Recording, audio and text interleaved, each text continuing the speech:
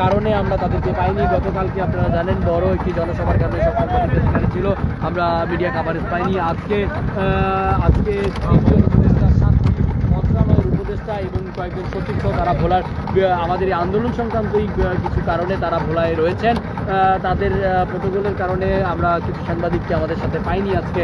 এটাও আমাদের দুর্ভাগ্য যে বড় বড় চ্যানেলগুলো সব সেখানে রয়েছে। তবে আমরা আশাবাদী ভোলার যে আন্দোলনটা যে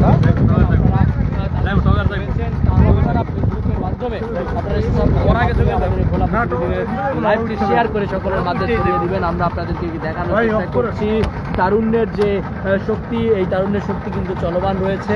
আমরা আপনাদেরকে দেখানোর চেষ্টা করছি নদীটি কিন্তু প্রায় পার হয়ে গিয়েছে।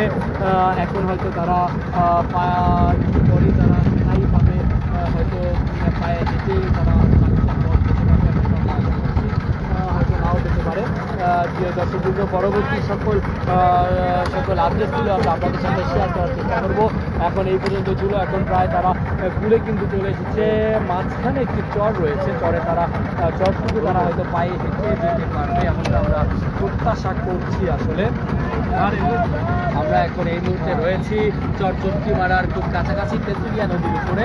আমরা আপনাদেরকে দেখানোর চেষ্টা করছি যে লং মার্চকারীরা কিন্তু নদীতে রয়েছে, তারা সাঁতার কেটে এই যে তেঁতুলিয়া খরস্রোতা তেঁতুলিয়া, এই যে গভীর তেঁতুলিয়া তারা পার হয়েছে। প্রিয় দর্শকবৃন্দ, আমরা পরবর্তীতে আবার আপনাদের সাথে সংযুক্ত হব। এই মুহূর্তে আমরা একটু বিশেষ কারণে লাইভটি শেষ করতে হচ্ছে। পরবর্তী সকল আপডেট পাওয়ার জন্য ভোলা প্রতিদিনের সাথে থাকুন। ধন্যবাদ। আসসালামু আলাইকুম।